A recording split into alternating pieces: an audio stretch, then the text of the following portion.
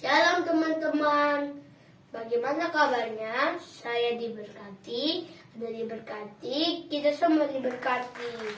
Bersama saya yang sudah Suwardi, sebelum kita mulai ibadah, mari kita berdoa. Tuhan Yesus, sebentar lagi kita mau ibadah. Semoga ibadah ini kita kertiin ya Tuhan. Semoga kita dilindungi dari virus-virus yang jahat ya Tuhan. Tuhan, ibadah ini semoga diberkati. Dalam nama Tuhan Yesus, amin.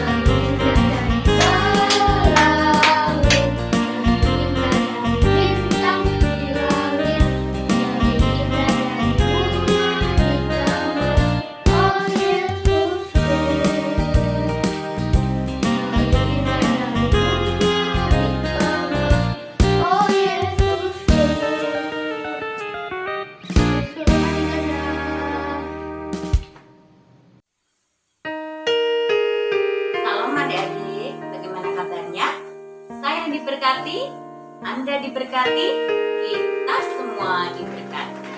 Saat ini sebelum kita bersama-sama belajar firman Tuhan, kita akan berdoa terlebih dahulu. Mari kita berdoa. Bapa kami yang di surga, kami bersyukur untuk kasih dan kebaikan-Mu yang selalu nyata di dalam kehidupan kami. Terima kasih Tuhan, jika saat ini kami masih boleh untuk beribadah bersama di dalam ibadah JC walaupun hanya melalui Tuhan menolong kami supaya kami boleh terus memberikan yang terbaik sepanjang ibadah kami.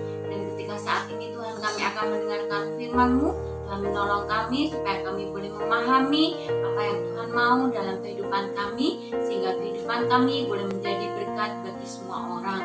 Yang menolong hamba-Mu sebagai penyambut firman, Tuhan memberkati biarlah setiap perkataan yang keluar dari mulut hamba-Mu berasal dari Engkau Tuhan dan boleh memberkati setiap anak-anak yang mendengarkannya. Terima kasih Tuhan Yesus, hanya dalam nama-Mu kami ucap syukur dan berdoa. Haleluya, amin. Nah, pelajaran kita hari ini berjudul menjadi ahli waris kerajaan Allah. Kita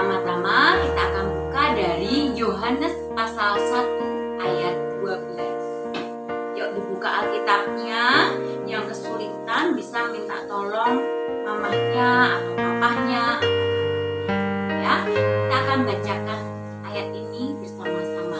Yohanes pasal 1 ayat yang ke-12. Demikianlah firman Tuhan. Tetapi semua orang yang menerimanya diberinya kuasa supaya menjadi anak-anak Allah, yaitu mereka yang percaya dalam namanya. Sebelumnya pernah Kamilita singgungi bahwa ketika kita mengaku Kristus sebagai Tuhan dan Juru Selamat, maka kita akan menjadi anak-anak Allah. Tandanya adalah apa? Ketika kita dibaptis, kemudian kita menerima Roh Kudus, kita dimeteraikan oleh Roh Kudus untuk menjadi anak-anak Allah. Nah, sebagai anak-anak Allah, maka kita akan menjadi ahli waris kerajaan Allah. Maksudnya apa? Ya, kita ini akan menjadi pewaris kerajaan Allah. Orang-orang yang akan berhak menikmati kerajaan Allah. Contohnya misalnya seperti ini.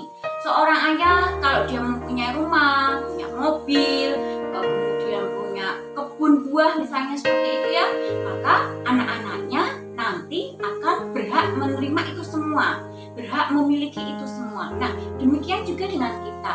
Ketika kita mengaku Kristus sebagai Tuhan dan Juru Selamat, lalu kita dibaptis, menerima baptisan Roh Kudus, maka kita akan menjadi anak-anak Allah, yaitu orang-orang yang berhak menerima segala hak dan janji-janji Allah.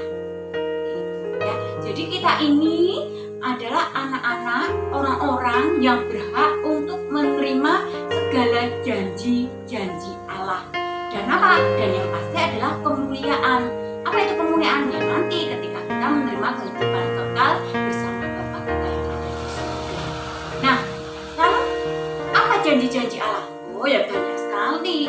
Ada di dalam Alkitab ini kan bisa baca. Yang jelas ketika kita percaya Kristus, kita akan mendapatkan kehidupan yang kekal. Kemudian Tuhan juga berjanji bahwa akan selalu menyertai kita. Kemudian Tuhan berjanji memberikan kepada kita masa depan yang penuh pengharapan dan sebagainya dan sebagainya. Nah, itu semua akan kita terima ketika kita menjadi anak-anak Allah.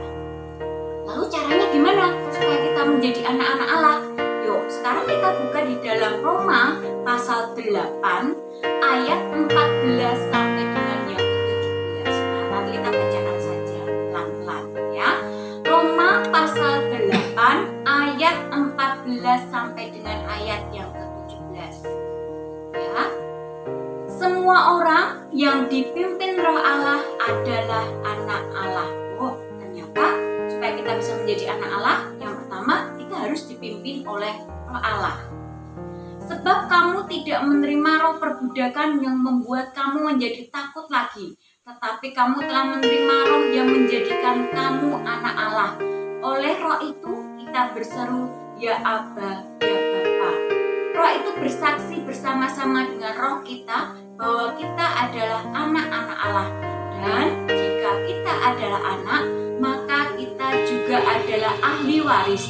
Maksudnya orang-orang yang berhak menerima janji-janji Allah, yang akan menerimanya bersama-sama dengan Kristus, yaitu jika kita menderita bersama-sama dengan Dia, supaya kita juga dipermuliakan bersama-sama dengan Dia.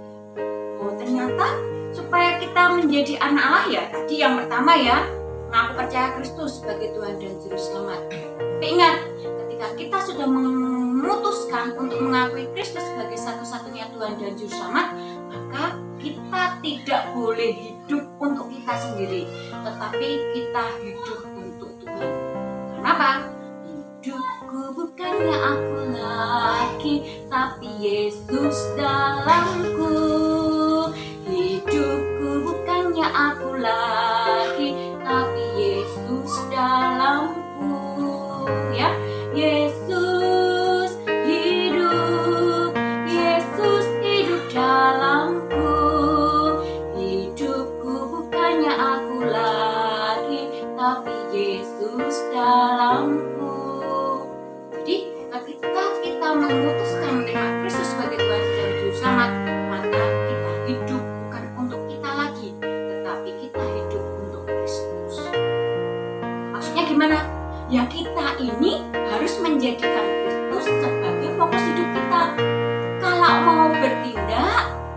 yang hati-hati. Supaya apa? Supaya kita bisa melakukan segala sesuatu yang menyenangkan hati Tuhan. Ingat, dialah setiap perbuatan kita, tindakan kita, perkataan kita itu semua menyenangkan hati Tuhan. Jangan sampai ikut-ikutan yang di YouTube itu ya, toksik ya. Kalau main game toksiknya, aduh minta ampun. Hati-hati. Pilihlah tontonan-tontonan yang akan membuat kalian semakin bertumbuh di dalam Kristus, yang mengembangkan karakter kalian, menjadikan kalian semakin sempurna, sama seperti Bapa kita Kristus yang sempurna. Itu yang pertama. Jadi kita fokuskan hidup kita ini bukan untuk kita lagi, tetapi untuk Kristus. Melakukan segala sesuatu dengan bijaksana, dengan hati-hati, supaya setiap tindakan kita, perkataan kita itu menyenangkan hati Tuhan. Kemudian yang kedua, ketika kita hidup di dalam roh, maka otomatis yang nampak di dalam kehidupan kita ya buah-buah roh. Apa saja buah-buah roh? Ada kasih. Ingat, sebagai anak Allah, kalian harus punya kasih. Kasih kepada semua orang. Kalau ada temannya yang kesulitan, bantu. Sebisa kalian membantu, lakukanlah. Kemudian yang kedua, ada sukacita. Jadi anak-anak Allah itu harus bersukacita. Gak boleh gampang mengeluh, sedikit-sedikit mengeluh, sedikit-sedikit gak bersyukur, ngomel dan sebagainya. Gak boleh. Sukacita, terima semua yang kalian miliki dengan sukacita, dengan penuh ungkapan syukur. Yang ketiga ada damai sejahtera. Gak gampang panik ya. Gimana ini gimana, gak boleh.